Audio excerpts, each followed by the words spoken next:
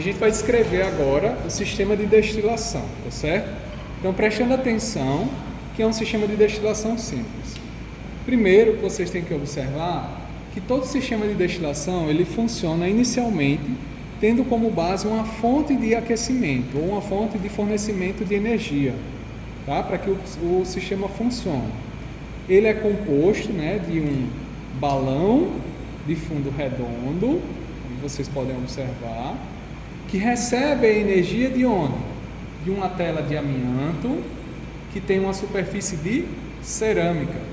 A superfície de cerâmica, a cerâmica, como uma boa condutora, né, um bom condutor de energia, ajuda na distribuição uniforme da energia fornecida do fogareiro para quê?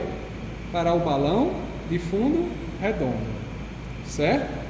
O sistema ele é acoplado de um tubo maior, que dentro desse tubo maior tem o quê? Tem outro tubo.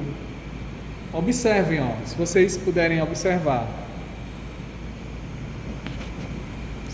Tem um tubo aqui dentro, porque já tem um pouquinho de água, e aí pelo fato de ter um pouco de água, nós não conseguimos observar bem esse tubo, mas acho que dá para ver, né? Aqui no vídeo. Agora deu. Esse tubo é chamado de tubo condensador, certo? Interrompida. O tubo condensador vai ser utilizado para quê? Para captar a fonte de substâncias que está vindo da solução. Então, para captar a fonte de substâncias que está saindo da mistura que vocês estão fazendo no processo de separação. Uma mistura, normalmente nós temos o quê? 2 ou mais componentes que vão ser separados e identificados a partir do tubo ou do termômetro, né? Por quê? Porque na hora que começar a haver a primeira separação da primeira substância que está aí no processo de separação, nós temos uma temperatura que pode permanecer estável, intacta. E aí, essa substância ela vai chegar aqui no tubo condensador.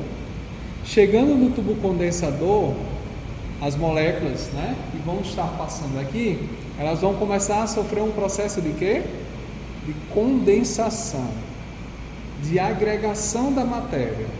Nesse processo de condensação ou de agregação da matéria, essas moléculas elas vão se agrupar e vão transitar da fase vapor, né? Porque assim, tem um equilíbrio líquido vapor aqui, né? Não posso chamar gás ainda, mas quando chegar aqui estiver só as moléculas realmente da substância que está sendo separada, eu já posso dizer que são os gases. Esses gases, eles vão chegar no tubo e vão sofrer esse processo de condensação. Por que esses gases sofrem esse processo de condensação? Vejam que no sistema nós temos 2 mangueiras. Uma acoplada a uma torneira, está aqui, ó, e outra que é uma saída de água.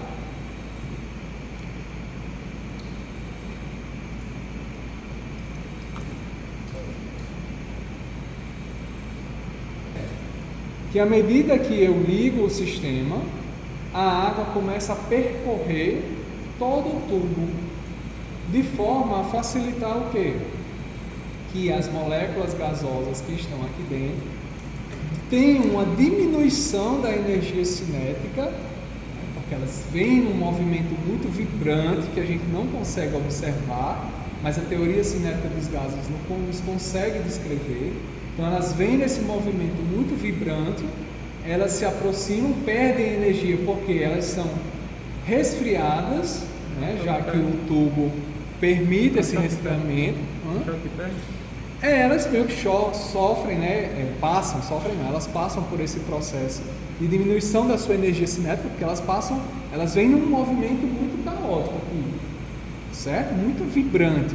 Então quando elas chegam aqui, que se deparam com uma coluna que tem uma temperatura menor de qual a temperatura elas estão chegando, elas perdem essa energia é diminuída automaticamente.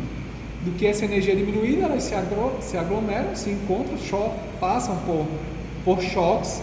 Nesses choques, obviamente, ocorre a formação das ligações intermoleculares entre elas, para que elas sejam coletadas em um recipiente que nós podemos colocar aqui, como por exemplo um Erlenmeyer, para fazer a captação. Isso só é possível se eu tiver nessa parte do sistema água recirculante, água circulante. Porque se parar de haver a circulação de água, o que é que acontece com o sistema? O sistema, né, segundo a primeira lei da termodinâmica, a energia, né, das moléculas vai passar para a água, isso vai passando, e aí vai ter um momento que a temperatura do sistema vai ser totalmente igual. E aí, se a temperatura do sistema for totalmente igual, não vai mais haver a condensação. E as moléculas não vão conseguir passar, certo? Então, essa é a descrição simples desse tipo de sistema. E certamente eu posso pedir isso para vocês na prova, certo? Para que me descrevam como é que aconteceu esse processo, tá bom?